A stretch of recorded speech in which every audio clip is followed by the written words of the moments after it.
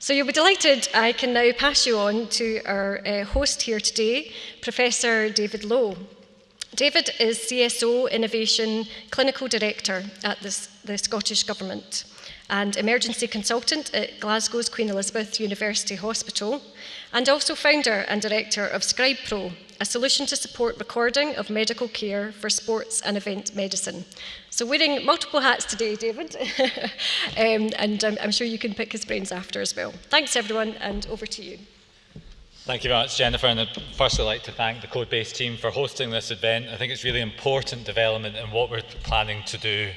As Jennifer said, I wear a number of hats, and sometimes that's quite difficult to resolve, but in the case of the meeting today, actually it's relatively easy to resolve, because what we're trying to do is consciously collide the NHS through the Regional Innovation Hubs with the potential that we have within Scotland around about entrepreneurship. The brief for this event is to be honest, challenging but ambitious, and we're going to hear shortly from Logan as Chief Entrepreneur and from Anna Dominiczak as Chief Scientist around about how this twinning has come together and what our ambition is to be able to do. Through their leadership, we've seen the opportunity to be able to respond to a number of policy documents with a high emphasis on how do we create spin-outs within Scotland that are successful within the life science sector, noting that currently 33 of the 38 identified are already within that area. As Jennifer says, I have a disclaimer that I am a clinician, a scientist and an entrepreneur, but there's a recognition that within any of the rest of those disciplines, even as a failed triathlete, I've got structure to how I develop. As an entrepreneur, there wasn't really any structure for it to do, and we're very lucky that one of the other co-directors within our company had already started a spin-out. And that's really critical to what we're doing today, is how do we provide a community, education, and ultimately support and wraparound for those people wanting to develop companies within the life science sector, because otherwise, in anywhere else, in any other structure, we're able to do that. I was discussing with Mark before we came into this that I'm really thoughtful that as a clinician scientist, we actually have a support and a framework to do it. But the skills and talents are directed towards progressing your career in academia. But you have an idea, you seek funding, you bring the team together, you advance that team through PhDs and otherwise, you develop a research group, and then ultimately, as Anna reminded me in our first meeting, you build buildings and institutes and start to be able to support both the health and wealth of Scotland or indeed the world. So I think that's really where we want to be, that focus. And twinning is really about the activation and releasing that capability. The NHS remains the largest employer in Scotland. So how do we unleash that talent and provide them support to be able to develop? And through the Regional Innovation Hubs, we were able to hope to provide that capability. So that's access to clinicians and access to data. But critically for those startups that are working within the life science sector, how do they get access to that? And that's really the offer through this twinning process today, is a streamlined process to be able to access that clinical expertise, data, the regulatory know-how to be able to accelerate your product into the market, provide clinical validation, but critically market validation, recognizing those companies want to go out and sell to the rest of the world. So that's our ambition, is how do we bring this sector together to really meaningfully produce spin-out startups that are going to impact both the health and the wealth of Scotland. So I'm going to pass over firstly to Anna to speak, and then to Mark after that. So thank you very much, and hope we have a great event. Thank you. Thank you.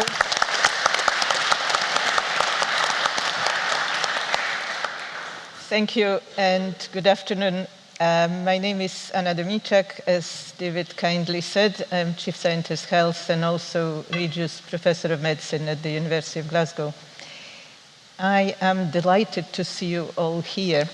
There have been nearly 200 registrations for face-to-face event and almost as many for the later recording. That means that it must be needed. You're here on a Friday afternoon. It's not raining. It's great.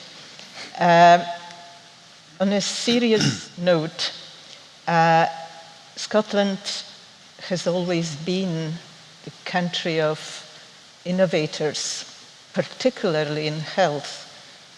And I think now is a very, very important moment. Winter is coming. We survived just the last winter in our NHS. And things need to be done differently. I think any clinicians, people who work in NHS in the room would share my worry that small changes, small improvements, so-called continuous improvement has already been done. We now need to truly be entrepreneurial and change things, not for me, not for CSO, not even for Mark, but for patients, communities, for our NHS. I think, in my mind, innovation, particularly health innovation, needs very, very strong base in research evidence.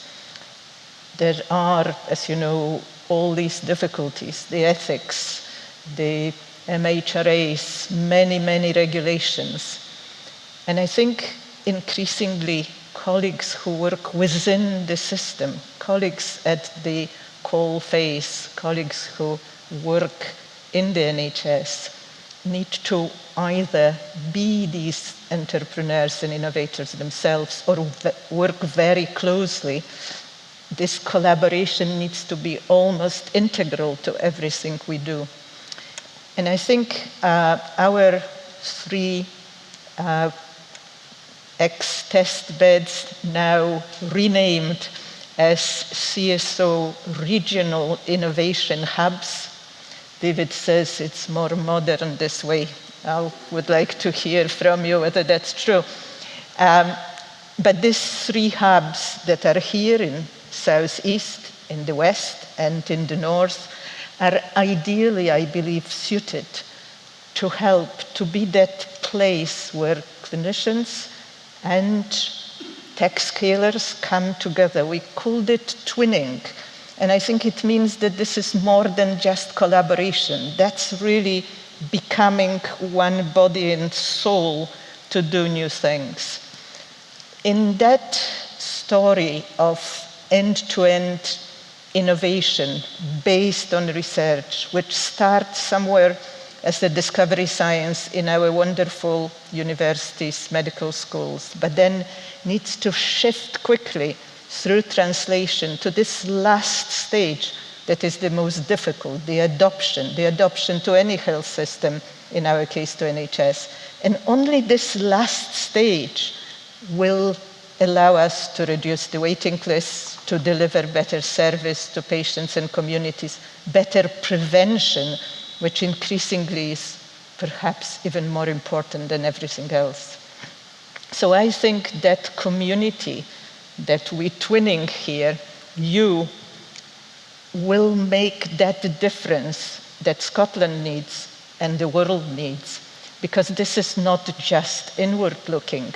I would like, as it has been in history, the ideas, the entrepreneurship of Scotland to be able to create new economic growth for Scotland whilst improving our NHS, to be sold all over the world, to grow the companies, to grow the life sciences here in Scotland.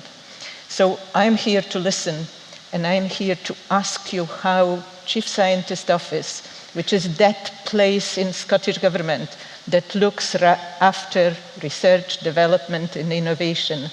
And over last year, since I started, that the innovation, has a particular strong place in everything we do. So thank you. I think we would like very, very honest and difficult questions. And thank you for being here, and let's twin together. Thank you.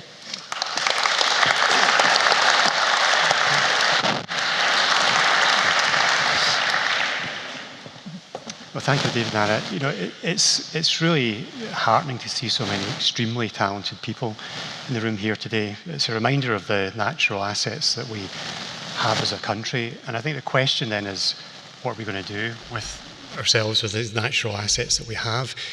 And Anna's talked about the pressing need to do health differently in the age that we're now in.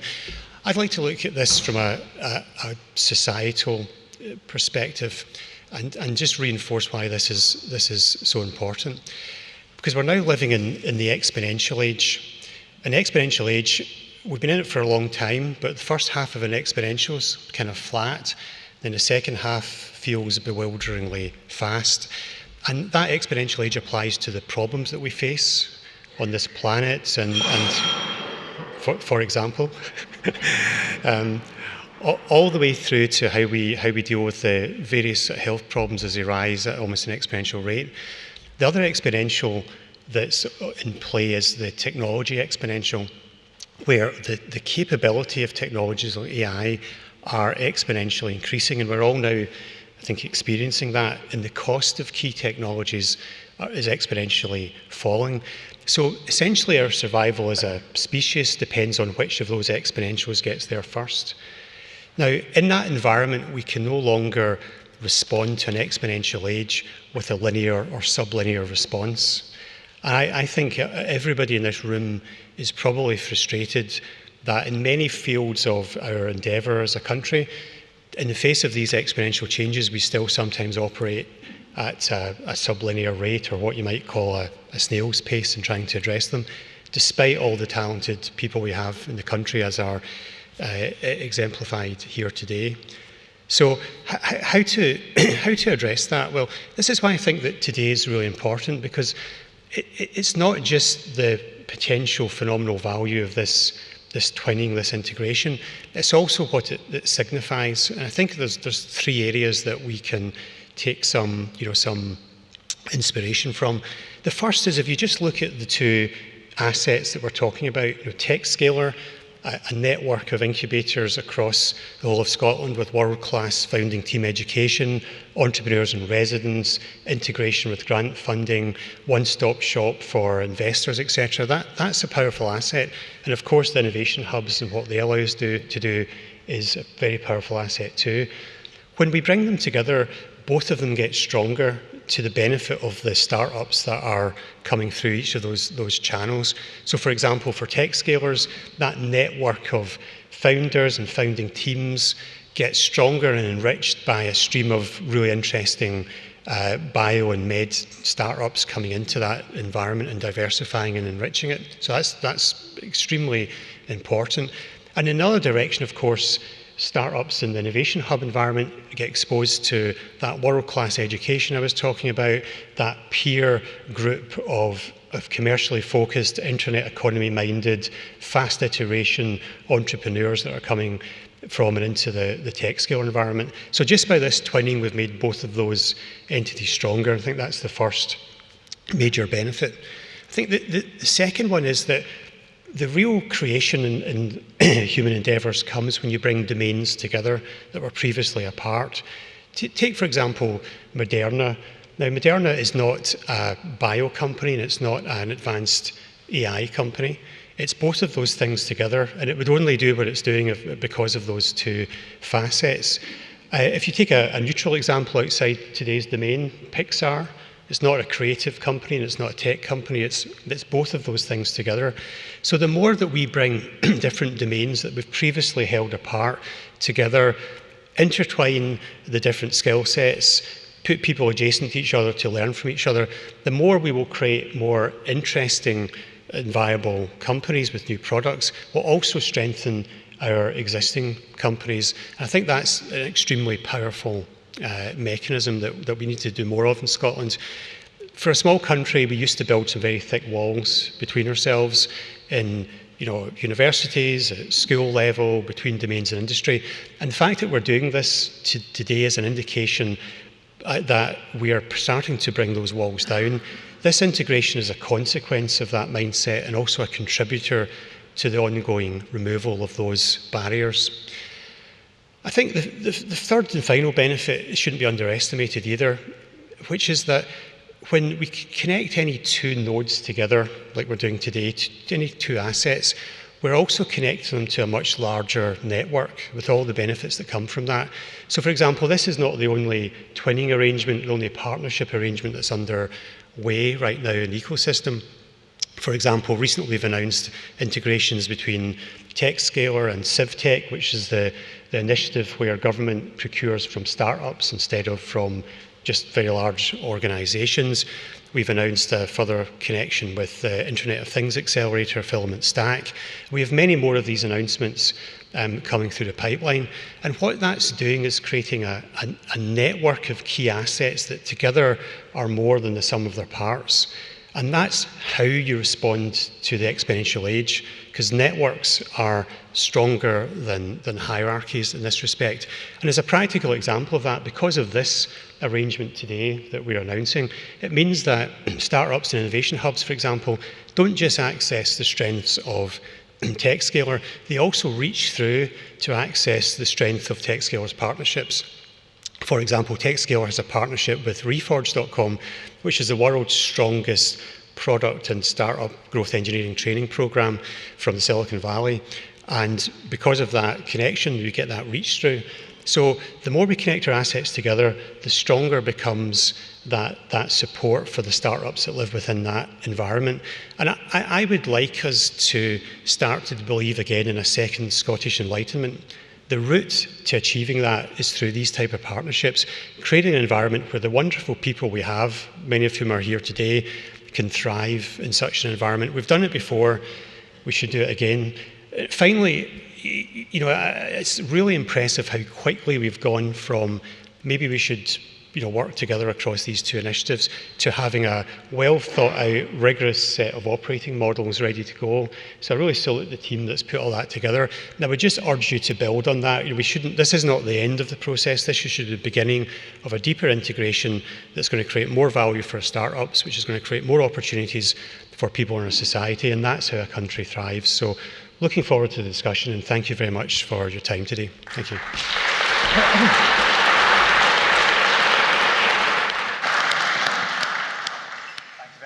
And Mark, we're going to move to the panel discussion, and we're going to ask each of the panelists that really represent the ecosystem between the Techscaler programme and the Regional Innovation Hubs to speak to their experiences. And we're firstly going to go to Yasmin from Codebase to describe how that's going to happen, how we're going to manifest this twinning piece, recognising that, I suppose, the ambitious piece that Mark and Anna have outlined around a second Scottish alignment focused on the life science sector and spin out. So Yasmin, your perspective on this, thank you. Thank you, David, and thank you very much to Mark and Anna as well for setting this up. As Mark said, partnerships are a huge part of what we're doing with Techscaler. We wouldn't be able to do it without our partners, and being able to work with the NHS Innovation Hubs in this way has been really, really exciting. So I know a lot of you here, but so I think a lot of you do know about Codebase. But just to give you a little bit of background, we're an ecosystem support organisation. We started in Edinburgh nearly 10 years ago now, and we're really privileged to be running the Techscaler for the Scottish Government. In short, Techscaler is a platform through which we want Scotland to be the best place in the world to build and grow your tech startup. And although we do focus on tech, we are open to all sectors, and we're really, really happy to be working with health in this way. I'm not going to go into loads of detail about all the different things we do, because I'd really like to hear questions from you. There are also flyers out on the tables. I'm also going to be that embarrassing person. Could I ask my colleagues maybe just to put their hands up? There's quite a few of them around, so please do come and talk to us after the event as well. This really is the beginning of our conversation. We want to meet as many of you as possible to get involved. There are three main ways, really, that we'd like to work with everyone. One is the community side of what we do that Mark alluded to, of which events like this are a huge part. Coming together in person, meeting people who are also on their entrepreneurial journey or who are interested in going on that journey is such an inspirational and powerful thing. And it's one of my favorite parts about working with Techscaler and working with Codebase. We meet a lot of people who have an idea or have the beginnings of an idea, and which many of you will be at that stage as well, but they just don't know how to go forward with it. David and I were having a really good conversation earlier, just before the event, about how In many professions, certainly with clinical professions, you have a very set pathway. You know what you're going to do first, what you're going to do next, where you want to get to. With entrepreneurship, there is no set pathway, and nor should there be. Everyone has a very different journey. So through Techscaler, what we're really trying to do is support you on that journey, but also for you to find other people at the similar stages that you're at, but also people who've done it before who can share their lessons. And really provide that community to kind of help you on your way.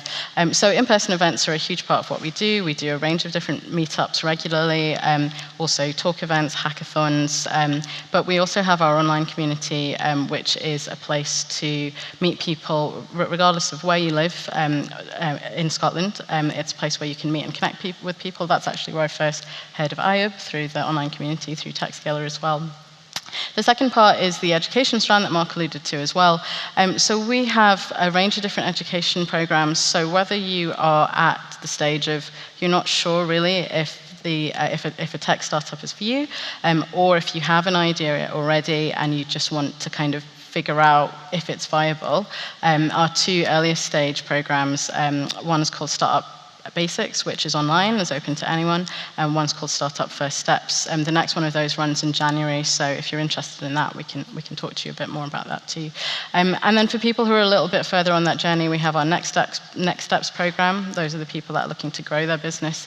We have a couple of people on that who are here, I think, who are on that cohort. David, I think your company is taking that just now. And then we have our Reforge program, which Mark mentioned too. So Reforge is a San Francisco-based education platform. Their speakers are from household name companies, Google, Netflix, Uber, Lyft, all of the kind of big stories that you hear about. Reforge is quite expensive, so thanks to Techscaler, we've been able to pay for people to go through that program too. That's the sort of broad brush strokes of what we do. The other really important thing to mention actually is mentoring, which underlines everything we do. So if you join Techscaler as a member, you have access to our wide mentoring network. We get a lot of people in, not just with no tech background, but no experience of commercialization as well. That's something that our mentors are always happy to help with.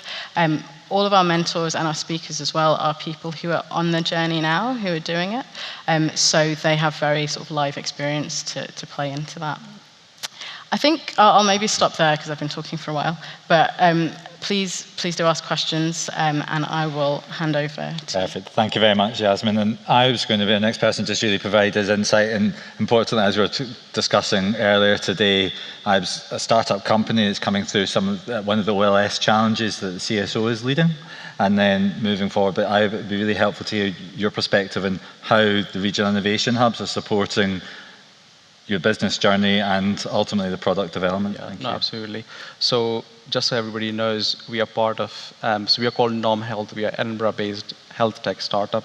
And so we focus on building medical devices. And one of the medical devices that we are currently focused on is a wearable device that can detect and alert on drug overdose. So drug overdose is a huge problem here in Scotland. Now, we firmly believe in working backwards from the customer, so not building a technology and then just taking it to the users. We don't believe in build and they will come. We believe that if you build with the customer, you can actually build something which is really tangible and can be usable.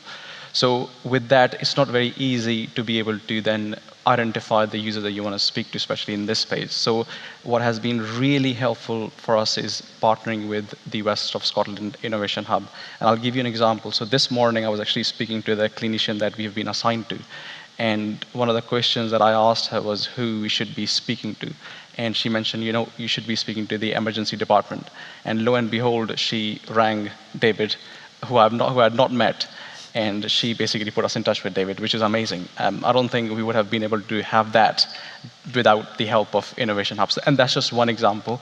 The other example is also being able to, in this product that I mentioned, being able to speak to ambulance services. So we were able to then, again, get them on a call. We fully understand they were incredibly busy, but they still gave us half an hour in their diary to be able to then discuss what we're trying to build. And then similarly, it just doesn't stop there. The end users continue. So we also Again, working with the Innovation Hub, we've been able to identify who the actual drug user communities that we should be speaking to. So that has been incredibly helpful for us. We are, again, in very early stages, but the stuff that we have done with them is really helpful in terms of coming up with the design of the device.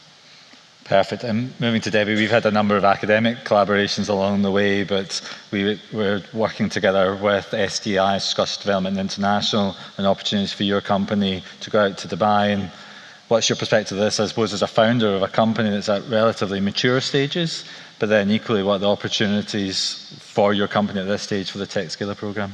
Yeah, no, many thanks, David. So yeah, I'm Debbie Weeks. So just to get my background a bit, so I have 3 different hats as well, and I'm a NHS physician. I just came from my diabetes clinic this morning. I'm an academic with University of Edinburgh in the Centre for Medical Informatics, and I'm CEO and co-founder of My Way Digital Health, which is a company we spun out of Dundee University about 7 years ago. So yeah, we've been kind of 7 years in terms of growth of the company, but we've done a lot in Scotland, developing a national platform before we spun the company out. So we've now got about 50 people, and as David said, we've got an office in Dubai. We're starting to do a lot of work internationally, and we deploy mainly across a lot of regions in NHS England. But I think we're still learning, and we still need support, and we still need help. And I think part of this is it doesn't matter what stage you are in that journey. There is still what is the next stage for us at the moment. We've got a big focus on investment. We've got a big focus on internationalisation. We're still struggling in terms of NHS procurement. We've been really successful with grant funding and things, but it's how do we engage with those stakeholders that are really going to help us get what we've got embedded into the NHS, written into it, start to go through procurement cycles. How do we evaluate better? So it just goes on, and I think the benefit of this programme really is, just continuing to build those networks, engagement with stakeholders, other people in the environment, who's going to help us take us to that next stage in our journey. Perfect. Thank you very much, Debbie. I suppose that's the theme of today, is somewhat knocking down barriers and accelerating innovation. I suppose just going to open it up to the panel. Key thoughts around about how we accelerate innovation to get our startups, the companies that work within Scotland, to a mature phase that they're delivering both for the health and increasingly for the wealth of the nation. Mark, I'll come to you first and then Anna. Sure. So I think the first thing is to understand what we mean by innovation and what innovation isn't. Because if you don't understand that, you don't respond properly. So we often make the mistake, I think, in universities of conflating innovation with research. Innovation is not research. Research is research. Innovation is research that gets applied and scaled to address some societal need or opportunity. And the delivery vehicle for that innovation is entrepreneurship. That's how you get innovation into the market. There's other channels, but that's one of the major ones. And yet it is often the one that's most neglected. So I think the way we get more innovation happening in Scotland or anywhere else, because the world's problems don't conveniently park themselves at our border, is to be really, really good as a nation at entrepreneurship. We're already really good at research, and if we become really strong at entrepreneurship again, as we once were, then the rest will take care of itself. So the challenge is, do the system work that normalizes entrepreneurship in our society, and then from that, the conjunction of that with our great research and other channels of discovery will create an innovative nation. Perfect. And I know there's a number of the CSO Innovation Fellows and some of my Innovation Fellows here as well that were in the pub last night as I wandered past. And a part of that is, I suppose, is normalising innovation, as you say, and that transition from research, working within universities, and then the CSO Innovation Fellows that work within the NHS that are supporting companies or developing their own companies. And Anna, you led that investment both in the CSO side and that provocation to the universities. Any thoughts, given what Mark said, and that investment in fellowships and opportunities within health? Yep, so I agree with Mark that entrepreneurship needs to be taught. It isn't something we teach normally at the universities, and certainly not in medical school, and perhaps we should, and quickly, if we really want to achieve that entrepreneurial nation that Mark is talking about. I think we also need risk appetite, and that risk appetite is difficult to come by in certain parts of our activity, because medicine, as I said before, has various regulations. We need to observe a number of things to be safe, etc. And sometimes this becomes a blocker to progress, a blocker to entrepreneurship. I think many of my colleagues have seen it during their careers, and it's not just universities, it's a combination of university and health service, and it's not just Scotland, it's all over the world. If you look at US universities, that entrepreneurship is probably taught much more there, but they still have difficulties in this adoption, in this last step. There is something really, really difficult to adopt at scale. Our ambition, as colleagues know, is to adopt for whole of Scotland, to adopt for 14 health boards, so nobody is left behind, so we don't create inequalities inadvertently. And that's really, really difficult. So whilst we need to teach, to learn, to bring people together, to be entrepreneurial, we need more fellows, David. That's what you wanted me to say. Yep. We don't have enough. That's a commitment, isn't it? It's not a commitment. If we could think outside the box, how we could raise more funding for innovation fellowships and research fellowships, because I do believe it's true, it's something different, but you first need discovery, research, then translation, then adoption, and it cannot, one doesn't exist without the other. So if I had a money tree, I would invest more in innovation fellowships. But coming back to why we are here today, clinicians, health workers, whatever their background, not necessarily doctors, people who work in the NHS have ideas because they at the forefront. These colleagues you were talking to in ambulances, they see the tragedy as it develops. These ideas need you, Techscalers, innovators, to help to develop, to really think differently. I don't think if we leave clinicians to themselves, we would really progress. So I think twinning is as good as funding innovation fellows. Perfect. And I think that's a really important point around about the Techscaler programme. It's available to everybody. It's not clinical academics, it's the NHS and actually the population that have got an entrepreneurial spark, a wish, that spirit that Mark was alluding to.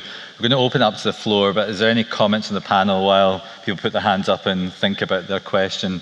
And I'll stand here so I can actually direct them, and feel free to direct a particular panel member. Is there anybody that wants, Ayub, do you want to say something first? I'll just make a comment, David. So I think, in my opinion, I think the best thing is to identify what are the problems that need solving. So in our case, we weren't aware of the drug problem, but then the way it was articulated, then we understood the problem. Now my background is technology and regulatory, but my co-founder, he's a clinician anesthetist. And then we joined forces and we said, okay, right, I think this is a product that we should take on in our portfolio and then focus on it. So I think identifying problems is very important. Now with regards to education, now I believe that it's not, I think entrepreneurship, I don't think it can be taught. You have to learn it by being an entrepreneur. So I don't think that you have to gain education and then start entrepreneurship. I think it has to go in parallel. You have to start and then just lean on your mentors, which Techscaler are very good at, and the education to then understand, to help you navigate through the entrepreneurship. Perfect, thank you very much. I'll pass that probably to Anna. So Matt's from theatre scheduling that came through the ANYA programme. So Anna, any thoughts around about the IG aspects, and then finally I suppose that end-to-end innovation piece? Yes, you're right. These are the blockers there. They put there, I think as I mentioned before, in good intentions to protect patients, to protect selling data that are that you can identify people, etc., etc. But it frequently goes far too far and stops you innovating, stops you doing entrepreneurial work. So there are a number of groups across NHS and Scottish Government looking at doing it better, making sure that patients, communities are protected, and yet these unnecessary blockers do not happen. I know it's too slow.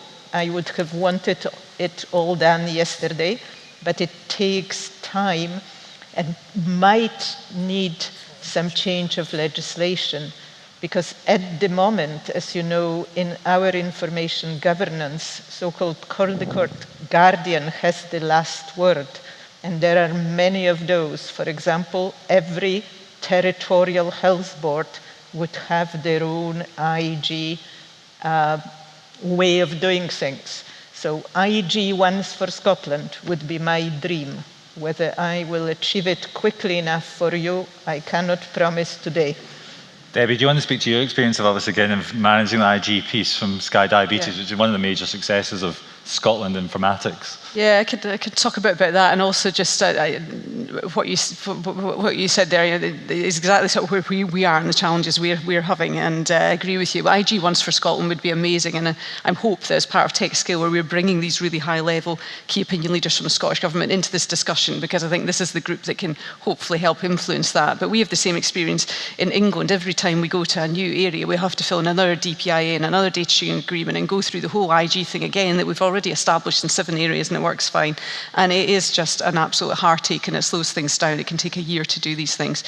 Similarly, on the procurement side as well, I think, can we, as part of this group, create something that allows us once for Scotland in terms of innovations that have proven their worth, that are cost saving, that fulfill certain criteria, and actually have a way of rolling those out. There is a sort of national medtech funding mandate within England which says, if you hit these 3 criteria, in theory, your technology is a no-brainer and we should be looking to scale it. Now, even that doesn't work, even though it's written down on paper, but we need to be looking at how we get the really high-level people on board to say we can do this well, and we have got pathways that are clear, transparent pathways to scaling and implementation, and it just feels like at the moment we don't have that.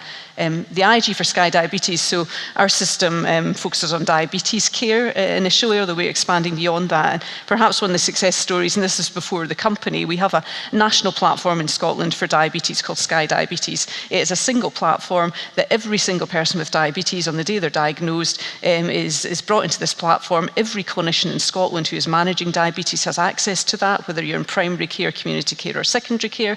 The data is shared with all the GP systems on at least an overnight basis, plus with ambulance systems, plus national screening systems. So it is a fully integrated platform, all the data, all into one place, shared with everybody. And that's been in place for about 25 years now. And I expect when it was implemented, perhaps it maybe was slightly under the radar before people were perhaps thinking too hard about IG, and it's there, it works, and on the back of that we spun off a patient platform, so every person in Scotland with diabetes can get access to their electronic health record, they can link in the remote data, they can see all that, and we're now using the data for AI and various other things. So that was established 25 years ago. Why can't we just replicate that sort of IG across the board, and it would make life so much easier for other disease examples, and we've tried to take that into other areas, and again we've been hit with the same problems around IG. Even though we've got a good example that works perfectly well, there's been absolutely no safety issues, risks, problems with it, and it has transformed clinical care. So yeah, anyway, that's my soapbox. I don't know what the solution is, but it's a good soapbox to be in. And I see a number of companies have. And I suppose as a clinical academic, there's always that question of, can I use Sky Diabetes data? Because it's the easiest, most robust data set that we've got that therefore enables us to innovate and work and be able to develop products and services. Mark, thoughts? Yeah, it's a really good point, because if I was to say, let's go to Jupiter and let's try and do it this time next year, then we would hit all sorts of really deep physics problems, keeping astronauts alive, propulsion systems that can travel for, I don't know how many years that would take, etc. So these are hard problems to solve. And the problems that we're talking about here, there's no physics involved, it's human constructs that we've just made up. that stop us doing enormously powerful things. And the thing about the human condition, they say we're always trying to figure out why are humans different from, say, Neanderthals, etc. And the answer that seems to coalesce down to the ability to believe in myth, the ability to coordinate thousands of people across an area who've never met around the same goal, and that allows you to hunt more successfully when you're, in sort of prehistoric times, etc., etc. So we find ourselves in a situation where we've got to decide which of those myths are we going to coalesce around. There's the myth that turf protection, functional partitioning, not invented here, are worth dying for, which is kind of how we often act. And if only we could change that viewpoint to believe in a common view that dramatic improvement in health outcomes, not incremental, but dramatic, as Anna was saying earlier, improvements in health outcomes are possible if we make that a shared goal across these organizations. Now, I think with the right articulation, with the right leadership, we can switch the belief systems we choose to operate from. And we can do it in a crisis. We did it with COVID. Yeah. The point is, this is a crisis. It's just we're not very good at slow-moving crisis. But that's the debate we have to be having at a very senior level, because we've conditioned ourselves to believe that big problems require really big solutions. We've got to build a Death Star to blow up a planet, etc. I'm the techie guy here. But it's not true. Big problems often require small solutions if only we'll allow them. So, for example, to Matt's point, if we did the one or two things you suggested, we'd be dramatically further on with existing capabilities in solving these kind of issues. So that doesn't cause me to despair. That causes me to be hopeful, because that's an easy thing to solve. Going to Jupiter is hard, but solving these two problems that Matt raised, that's easy with the right leadership. Perfect. So brave leadership and a paradigm shift. Stephen, I'm going to come to you just because you haven't put your hand up. So I was going to give Stephen Joss the mic, because he was talking about space travel before we sat on this. And I suppose the question to you is around about the synergies you're seeing across the Techscaler program in life science and the rest. And then I'm going to start picking out people if they don't say anything. So you'd be warned. Thank you, Stephen. Thanks, David. I'm actually sitting next to Matt, so it's even by sort of architecture in the room. You're not safe at the back of the room.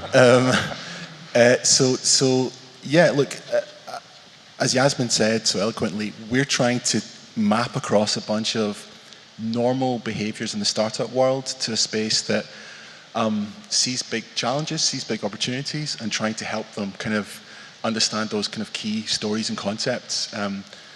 The main metaphor for us is that of a playbook. So a bunch of this stuff has kind of been done before. A bunch of this stuff is about learning from people around you who are not, 3,000 steps ahead of you or 300, but maybe 30 or 3 steps ahead, that you have that kind of moment of community on the one hand, that you can, share your problems, talk to other people who are facing similar kind of things. And on the other hand, you're looking to learn what are the next 3 kung fu moves I need to use to get to that further bit. Actually, Matt and I were talking earlier, one of my favorite stories is if you look at, back in the sort of Middle Ages when we started to circumnavigate the world, wherever people had been, they could start to draw sort of outlines and create sort of early stage sort of proto maps. Where they hadn't been, they would draw these kind of dragons and say, there be dragons, we've not gone that far yet. So I think I'd love to use that kind of map metaphor as the main thing for the education piece. We're not kind of platonically coming up with the solution, this is what you need to do. It's just we're surrounding you with a bunch of stories and playbooks and people who've slain dragons that you kind of are facing yet now, so you can go a little bit further and then see more of the land, find more of where you're going, and then face new dragons, frankly. But that's what we're trying to do. Now that's a kind of prosaic, kind of mock poetic way of saying iteration. So we're trying to sort of normalize that you come up with a thesis, you go out, as you were saying earlier, you go out, you talk to the market, you're trying to build stuff that people really need.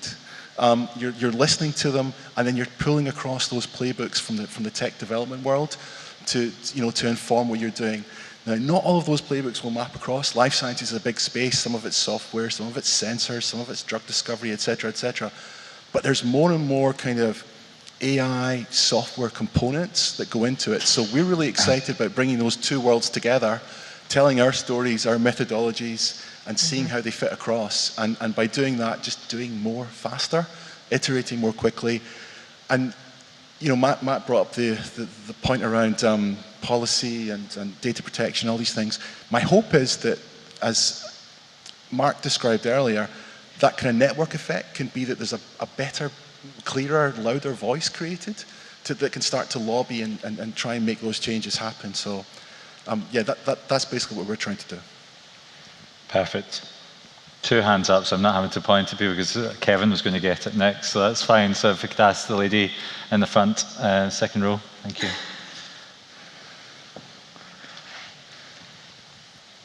Thank you. Hi, I'm Rebecca Moore. I'm COO of Simple Online Healthcare. We are one of the biggest online pharmacies in the UK. And I was really interested to hear what the panel have to say about the life cycle of a business that is starting to break through. So we are completely bootstrapped. We've had 0 government funding, 0 external investment, 0 debt. We've just released our results of 24 million revenue. We're profitable. We're being told by Big Pharma that we are the best in the UK at what we do. One of our primary areas of focus is anti-obesity. So you'll have seen the Wegovy probably in the news recently. And we are also being told by Big Pharma we're one of 3 companies globally that they are engaging with that have global capability in this area. We do other things besides that. And I think that the areas that in particular we really, really need support is we're sitting on this incredible opportunity, not just to grow an amazing business out of one of the most deprived parts of Glasgow, but also to really change the health of this nation and many others. We've calculated that we believe we've lost enough weight to save the NHS about £7 million a year so far. And that's just the NHS, we're in other markets too. So my question is, the 2 areas that we really find difficult is the funding side. To grow in that space is going to take significant amounts of funding. And I think all the work that we're doing here is absolutely amazing, but my experience to date, and it isn't just in this area, it's in other completely different sectors as well, is we're a very London-centric country when it comes to accessing external investment. Yes. How can we address that? And my other question is around regulation. We're in a space that is extremely entrepreneurial. Our founders were the first to take to get an online doctor proposition going in the way that we operate. And so when you're in that space, it's a really difficult place to navigate because you are doing things for the first time, and from a regulation perspective, that's really difficult. And we like to think of ourselves, we're a Cinderella story, and there's a lot of ugly sisters operating in this space. So we understand the regulators need to, keep a check on that. But how do we get support both on the funding side to address that, London centricity, and also on the regulation side so that the regulator is moving at the same pace as Perfect. The entrepreneurship and the technology. Okay, I think in the interest of time what we'll do is we'll take that first set of the questions, and the second one you can probably take offline. So Mark, equity investment, parity with London and getting VCs to care. Yeah, that's a really important point that Rebecca raises, and it's one that many Scottish startups, and not just Scottish startups, raise. And I think that the system issue that you're experiencing there, Rebecca, is that the Scottish ecosystem is pre-tipping point. Now, what do I mean by that? The tipping point in an ecosystem is when there's a sufficient critical mass of startups and scale-ups that you start to act as an attractor, and an attractor of experienced talent from other countries and areas, including London, and an attractor of investment. When you're pre-tipping point, your company density is too sparse for major venture capital companies to come and locate to Scotland or even spend time here, because you can get on the tube and visit 5 companies in London in a day, or you can make a special trip to one of them somewhere in Aberdeen, and it's a sifting cost issue for them, so they tend not to. There's a statistic that 80% of all investment by VCs happens within a 60-mile radius of where they're based. You've got to be careful of the causality of that, but it illustrates the point. So that's the that is the system problem. The system solution is to get past that tipping point. Now, that then begs the question of how do we accelerate to that tipping point? And really the whole program that's running right now on entrepreneurship is designed to try and accelerate us to that tipping point, creating an environment where our startups know more about being a successful startup, so don't fail with the same rate. An environment where the people in the country that we have are willing to join startups because they've become normalized the idea that's okay. Creating environments like innovation hubs and Techscaler to base companies, a peer network to support them. These are all tipping point accelerators, but we can we can also do things specifically on the funding side. So in Scotland today, we're quite strong at the kind of early seed stage, which your company, Rebecca, clearly managed to even avoid accessing that, which is really well done. But we're not strong on that scale-up capital. So what we're working to do is to create a scale-up fund centred on Scotland for Series A level capital, which will be capitalised. It has to be like a kind of 100 million type level to make that meaningful. And without wanting to preempt things, I'm confident in the next short period you're going to hear more about the results of that work, which has been ongoing for 3 years. And that will do two things. It will first of all create a source of capital for scale up that's centred outside London.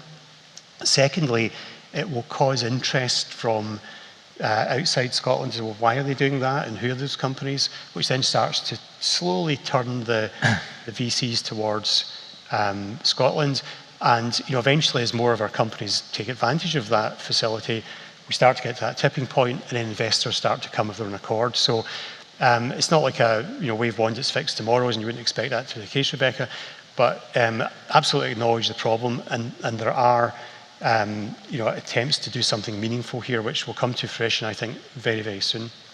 Perfect, thank you very much. So Anna, just final thoughts, short thoughts, because I don't want to cut too much into the networking time around about, I suppose, the scale of the ambition for what we're trying to achieve here and what the next steps moving forward, because I've noted you're scribbling furiously. I'm learning. So it's been great. I think we have great ambition. Scotland has to be the best place for life sciences to come in, but also we need to grow our own, and that's the discussion today. And if by starting small, helping in this twinning process, we can bring you tech people, med tech people, to the NHS, to clinicians, to health workers who have ideas, I think we would have done this first step towards what Mark is saying. But I think in addition, there is that need to do it fast, because winter is coming, remember. It will be difficult again, because we have been doing small things, but as everybody said here, not a real fundamental, let's do things completely differently. So I want to come back to that risk appetite. If we are to change IG to have easier way for companies to bring things to our NHS and adopt them at scale everywhere in Scotland, then we need high risk appetite. And I sometimes work with colleagues whose risk appetite is about -20. And I need +70. So help me, please, to get to +70. Perfect. So we've had a number of metaphors. We've had dragons, we've had astronauts to Jupiter, and now we've got winters coming, and I certainly would echo that given the number of ambulances that will undoubtedly be outside my emergency department. So I want to kind of draw this to a close. I want to thank, firstly, the Techscaler team and the CSO team for being able to pull this together. This will be the first of a number of community events trying to bring this sector together to really focus on innovation and ultimately entrepreneurship in this area. There is obviously the Techscaler website. We've got a number of people within this group that have already signed up and are going through either First Steps and Next Steps program, and we'd hope to start to be able to think about the opportunities around about Reforge. So go to that website, sign up, and obviously we'd be delighted to see you in future events. So I'd like to thank the panel in the normal fashion, so thank you very much for your insight. Thank you.